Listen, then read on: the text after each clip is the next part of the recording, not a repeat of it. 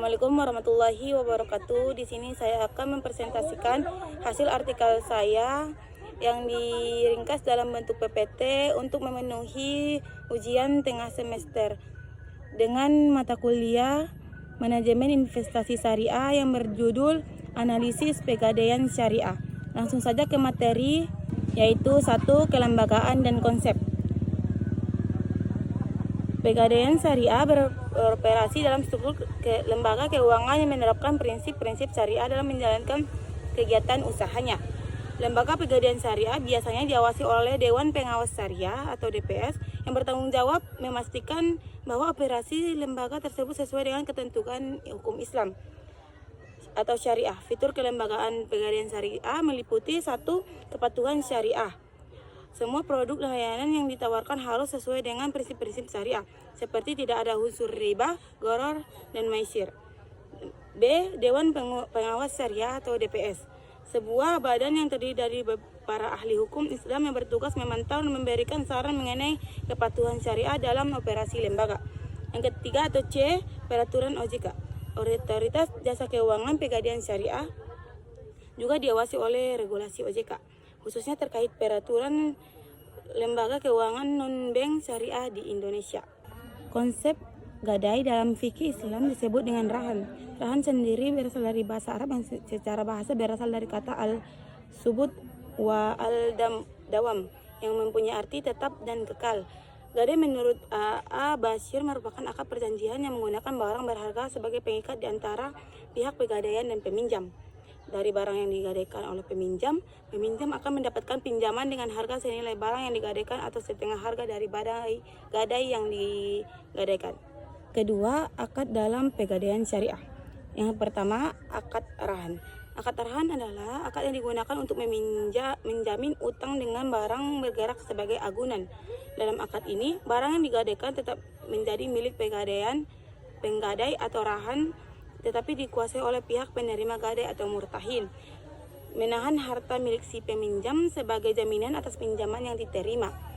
Pihak yang menahan memperoleh jaminan untuk mengambil kembali seluruh atau sebagian piutangnya. Dalam akad gadai syariah disebutkan bila rangka waktu akad tidak diperpanjang, maka penggadai menyetujui anggaran atau marhun miliknya dijual oleh murtahin. Kedua, akad ijarah. Akad ijarah adalah akad pemindahan hak guna atas barang atau jasa melalui pembayaran upah sewa tanpa diikuti dengan pemindahan kepemilikan atas barangnya sendiri. Melalui akad ini dimungkinkan bagi penggadaian untuk menarik sewa atas pinjaman barang bergerak milik nasabah yang telah melakukan akad. Akad ijarah juga dapat diartikan sebagai akad sewa menyewa yang diterapkan dalam pegadaian syariah untuk biaya penyimpanan barang yang digadaikan.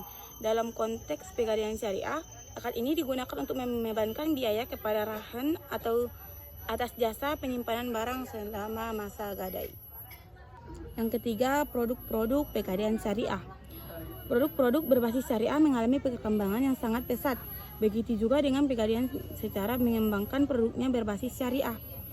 Pegadaian syariah hadir di Indonesia dalam bentuk kerjasama bank syariah dengan perseroan pegadaian membuat unit layanan gadai di syariah di berbagai kota di Indonesia.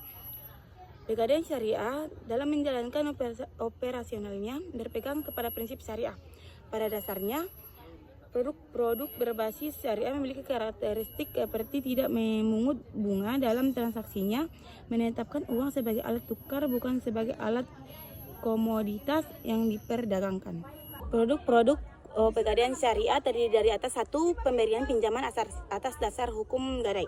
Masyarakat memberikan pinjaman atas penyerahan barang jaminan oleh peminjam berupa anggun dan barang bergerak. Konsekuensinya adalah nilai pinjaman yang diberikan kepada peminjam sangat dipengaruhi oleh barang yang dijadikan pinjaman. Yang kedua, penaksiran nilai barang. Pegadaian memberikan jasa beberapa nilai real barang berharga miliknya, misalnya emas, berlian intan, dan barang bernilai lainnya. 3. Penitipan barang kekayaan kepada masyarakat yang akan menitipkan barang berharganya seperti ijazah, sertifikat, tanah, dan barang berharga lainnya. Selain itu, ada beberapa referensi yang penulis temukan. Produk gadai syariah sekarang mengalami inovasi yang sangat terupdate atau terbaru sesuai dengan perkembangan zamannya. Di antara lain adalah 1. Arum Haji, 2. Arum BPKB, ketiga amanah, keempat Terhan atau garis syariah, kelima bayar tagihan listrik, air, dan telepon, keenam konsinyasi emas, ketujuh tabungan emas, dan kedelapan mulia produk. Yang empat, data perhitungan taksiran barang gadai. Data penaksiran barang gadai adalah sistem pegadaian baik syariah maupun konvensional.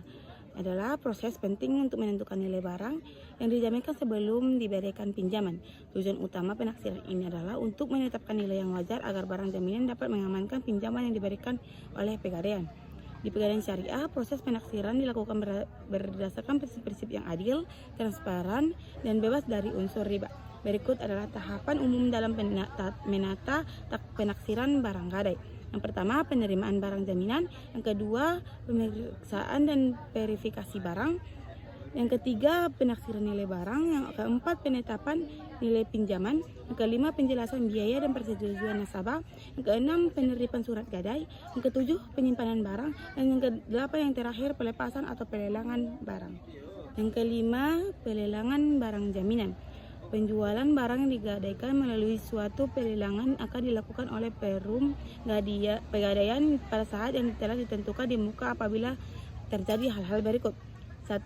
Pada masa habis atau jatuh tempo, nasabah tidak bisa menebus barang yang digadaikan dan membayar kewajiban lainnya karena berbagai alasan. Yang kedua, pada saat pinjaman habis jatuh tempo, nasabah tidak memperpanjang batasan waktu pinjamannya karena berbagai alasan. Yang ketiga, hasil pelelangan barang digadaikan akan digunakan untuk melunasi seluruh kewajiban nasabah kepada perum pegadaian yang terdiri atas pokok pinjaman, sewa modal atau bunga, yang terakhir biaya lelang. D. Apabila barang digadaikan tidak laku di lelang atau terjual dengan harga yang lebih rendah daripada nilai taksiran yang telah dilakukan pada awal pemberian pinjaman kepada nasabah yang bersangkutan, maka barang yang tidak laku di lelang tersebut dibeli oleh negara dan kerugian yang timbul ditanggung oleh perum pegadaian.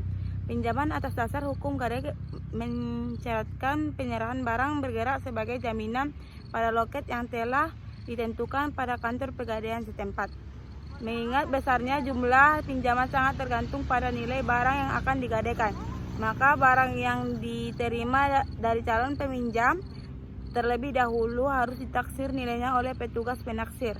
Petugas penaksir adalah orang-orang yang sudah mendapatkan pelatihan khusus dan berpengalaman dalam melakukan penaksiran barang-barang yang akan digadaikan. Cukup sekian hasil pemaparan materi ujian tengah semester saya. Apabila ada kata-kata yang salah, mohon dimaafkan. Wabillahi taufiq wal hidayah. Assalamualaikum warahmatullahi wabarakatuh.